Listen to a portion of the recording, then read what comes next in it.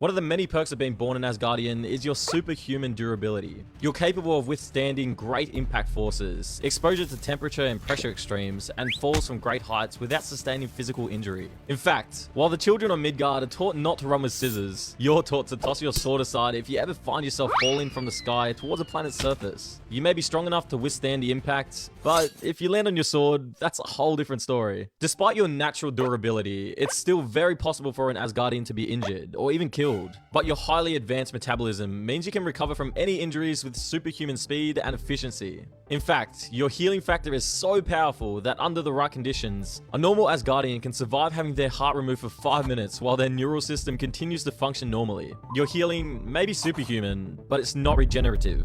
Meaning, if you lose an arm or a limb, it's gone forever. And being a society of Viking warriors, it's a lot more common than you'd think. You're born with the body of a god, but in Asgard, that doesn't make you special. It just means you're playing on hard mode from the beginning. Even as a small child, nothing is more important to Asgardian society than your skill in battle. You're handed a spear the moment you take your first step, and spend hours every day honing your skills to become an efficient and powerful warrior, capable of defending his people and home. Your parents are warriors. Everyone's parents are warriors, and they are thousands of years old. With perfect posture, flowing hair, and muscles like marble statues.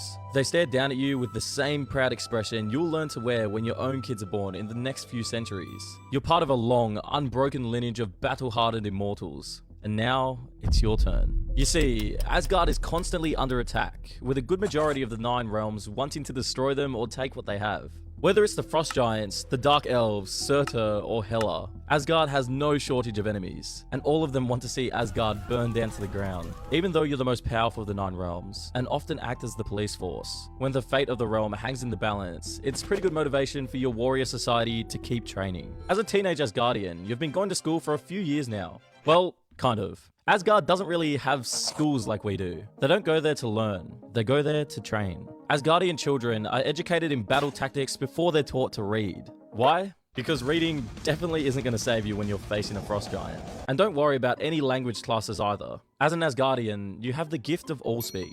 It's a divine language that can be used to speak with any creature in the universe, as long as they can communicate. So whether it's Latin, Wakandan, or Groot, you can already speak with people in these languages, thanks to magic.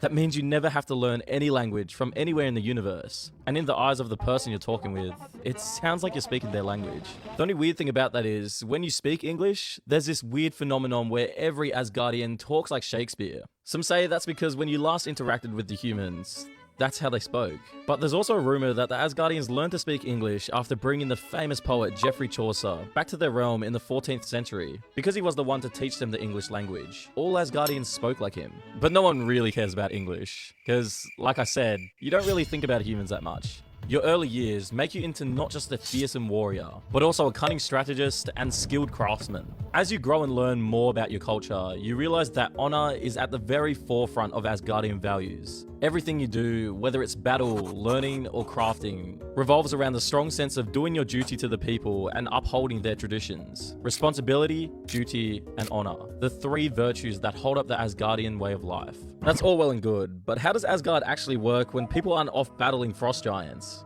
When it comes to the government, King Odin is the absolute ruler. Anything he says goes, and the Asgardians trust the royal family completely to lead them. Anyone who tries to take their place are considered traitors. Congratulations! You survived childhood without getting skewered by a frost giant or roasted by a fire elemental. The bad news? That just means the real work starts now. Everything has seemed pretty good so far, right? Well, now let's talk war. Adulthood in Asgard isn't a gentle transition into peaceful maturity. It's a draft notice. The moment you finish your training, you stop being a student and start serving as one of the realm's many full-time soldiers. If you refuse, you get exiled. But it rarely ever comes to that. Everyone wants to serve Asgard and fulfill their purpose as a warrior. Over here, adulthood isn't about choosing a profession. It's about choosing which war you'll bleed in first. Frost giants raiding Jotunheim, you're on the front lines. The Dark Elves are plotting in Svartalfheim, pack your sword. There's some cosmic horror on its way that Odin forgot to mention. Guess who's the first wave of disposable immortals? Being an Asgardian warrior is a 24/7 emergency response gig, where the emergencies are planet-sized. Every few decades, sometimes every few months, one of your many enemies decides to test the strength of the Golden Realm with an invasion. As a kid, you would hide out in a safe space while the warriors fought them off. But now when the horn sounds, that warrior is you.